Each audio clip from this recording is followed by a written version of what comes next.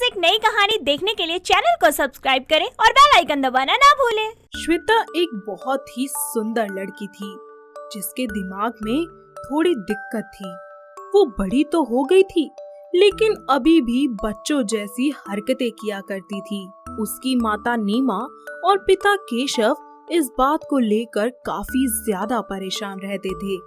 वो अक्सर अपनी बेटी को लेकर हॉस्पिटल के चक्कर काटा करते थे, लेकिन काफी सालों से अलग अलग हॉस्पिटल से इलाज करवाने के बावजूद भी श्वेता के अंदर कोई आराम नहीं आ रहा था। ऐसे ही एक दिन वो लोग हॉस्पिटल से घर लौट रहे होते हैं और आपस में बात कर रहे होते हैं। पता नहीं क्या होगा हमारी बेटी का, मुझे तो कुछ समझ ही नहीं आ रहा। सालों से कभी इस हॉस्पिटल तो कभी उस हॉस्पिटल, समझ ही नहीं आता मेरी बेटी के साथ ही ऐसा क्यों होना था। पापा देखो आइसक्रीम। अरे क्या है, शांति से बैठ जाओ श्वेता। जी बस उसे आइसक्रीम ही तो खानी है, जरा गाड़ी साइड में रोक कर ले दीजिए ना। केशव गाड़ी साइड में लगाकर अपनी बीवी के साथ आइसक्रीम लेने जाता है, पर वो गाड़ी का दरवाजा लॉक करना भूल जाता है। तभी श्वेता बगल में एक खिलौने का ट्रक देखती है और गाड़ी से निकलकर उस ट्रक में चढ़ जाती है, जिसके बाद वो ट्रक चल पड़ता है। जब उसके माता पिता गाड़ी के पास पहुंचते हैं, तब उन्हें उनकी बेटी गाड़ी में नहीं मिलती और वो लोग डर कर श्वेता को इधर उधर ढूंढने लगते हैं। अरे श्वेता कहाँ गई? केशव जी देखिए तो, श्वेता नहीं है यहाँ। अरे अभी तो यहीं थी, कहाँ चली गई? तुम घबराओ मत नीमा, मैं उसे ढूंढता हूँ। वो लोग श्वेता को हर जगह ढूंढते हैं और उसका कहीं पर भी पता नहीं चलता। तो वहीं दूसरी तरफ श्वेता उन दोनों से कोसों दूर चली जाती है। वो ट्रक से उतरती है और देखती है कि अपने घर से वो काफी ज्यादा दूर आ गई है, किसी अनजान जगह पर। ना तो वहाँ पर उसकी मम्मी थी और ना ही उसके पापा। ऐसे में वो चुपचाप जाकर एक बेंच पर बैठ जाती है। तभी वहाँ समीर नाम का लड़का, जो कि बहुत ही ज्यादा परेशान था, आकर बैठ जाता है और रोने लगता है।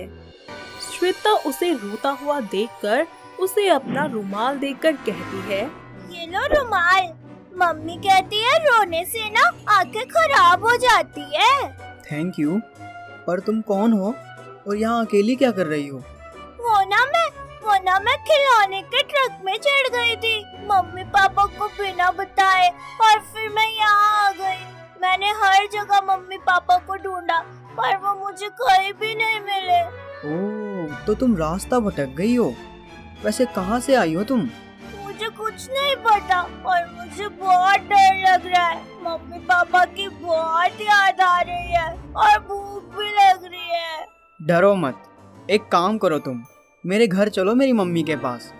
तुम्हें उनसे मिलकर बहुत खुशी होगी और साथ ही कुछ खा भी लेना, ओके?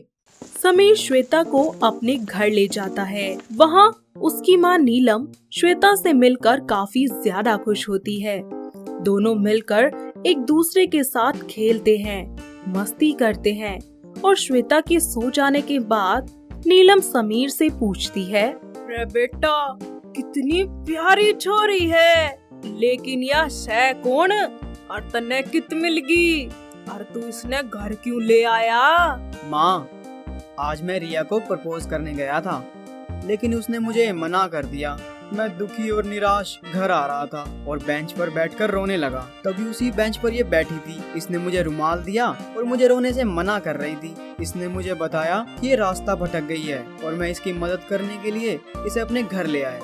वो दोनों अपने अपने कमरे में सोने के लिए चले जाते हैं। ऐसे ही समय बीतता जाता है। समीर को श्वेता के साथ समय बिताना अच्छा लगने लगता है। कभी श्वेता समीर को पानी से नहला देती, तो कभी उसके बच्चों जैसी पेंटिंग बना देती, तो कभी उसे घोड़ा बनाकर उस पर सवारी करती। समीर भी श्वेता की तरफ आकर्षित होने लगता है। उसे उसकी बच्चों जैसी हरकतों से प्यार हो जाता है और उसकी माँ भी श्वेता को उसके साथ खुश देखकर काफी ज्यादा अच्छा महसूस करती है। और एक दिन श्वेता के माता पिता उसे ढूंढते हुए पुलिस के साथ समीर के घर आ जाते हैं। जी आपका नाम समीर है? जी हाँ, पर आप लोग यहाँ? जी हमें आपके घर की तलाशी लेनी है। पर क्यों, क्या किया है मैंने? क्योंकि हमें शक है कि इनकी बेटी आपके पास है। पुलिस जबरदस्ती समीर के घर में घुस जाती है और श्वेता को ढूंढना शुरू कर देती है। तभी वहाँ उनकी नजर बाहर खेलती हुई श्वेता पर पड़ती है और वो लोग उसे देखकर अचानक चौंक जाते हैं और बोलते हैं, हाय मेरी बेटी तो ठीक है। अरे मम्मी पापा आप यहाँ? आपको पता है मैंने आपको कितना ढूंढा। अरे तुम्हारी हिम्मत कैसे हुई मेरी बेटी को मोलेस्ट करने की? देखिए सर, मैंने ऐसा कुछ नहीं किया। आप लोगों को कुछ गलतफहमी हुई है। मुझे वह श्वेता रात में एक बेंच पर बैठी हुई मिली थी। वह काफ़ी डरी हुई थी तो इसलिए मैंने उसकी मदद करी और मैं अपने घर ले आया। तो मिस्टर समीर, आपने इतने टाइम से कंप्लेन क्यों नहीं की? समीर पुलिस के सामने कुछ नहीं कहता और चुपचाप खड़ा रहता है। वो लोग श्वेता को अपने साथ ले जाते हैं। श्वेता घर आने के बाद भी समीर को याद करती है। उसका मन किसी भी चीज में नहीं लगता। वो हर चीज को इधर से उधर फेंकना शुरू कर देती है। उसके माता पिता उसको ऐसे देखकर बहुत ही ज्यादा परेशान होते हैं। पापा आप लोग बहुत बुरे हैं, मुझसे प्यार भी नहीं करते, हमेशा मुझे अकेला छोड़कर चले जाते हैं। समीर मुझे कभी अकेला नहीं छोड़ता था।